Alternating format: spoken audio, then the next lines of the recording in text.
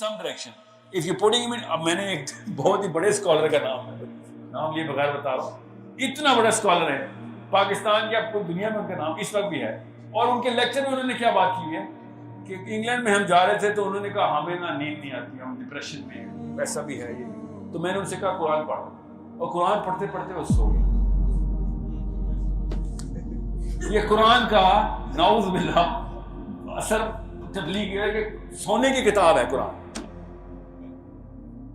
اور لوگ واہ سبحان اللہ کہ کیا سکون ہے کتاب میں، نعوذ باللہ۔ قرآن پڑھ کے تو آگ لگ جاتی تھی صحابہ کو، سوئے ہوئے بندے بھی اٹھ جاتے تھے، مرے ہوئے بھی اٹھ جاتے تھے کہ بھائی کچھ کرنا ہے اب۔ یہ ہم نے سلانے کی جو کہتے ہیں نا دین کی دوائی ڈالی ہوئی قرآن میں، اسی وجہ سے، کیونکہ جب کوئی اور ڈائریکشن میں جا رہے ہو نا، اور آج صحیح بتاؤں کوئی بھی ٹیسٹ گھر میں جائے کرنا، 3-4 صفحوں میں نیند نہ آئی تو نیند کیوں آتی ہے؟ کیونکہ ہمارا کوئی اور ڈائریکشن ہوتی ہے، قرآن کسی اور جگہ لے کے جا رہا ہوتا ہے اور ہمیں نیند آتی ہے۔ ہر بندہ تھک کے سوتا ہے، یاد رکھیے گا۔ تو تھکتے کب ہیں؟ کہ مجھے پیچھے سے کھینچا اور میں آگے جا رہا ہوں۔ تو قرآن اگر کسی اور طرف کھینچ لے تو نیند آئے گی،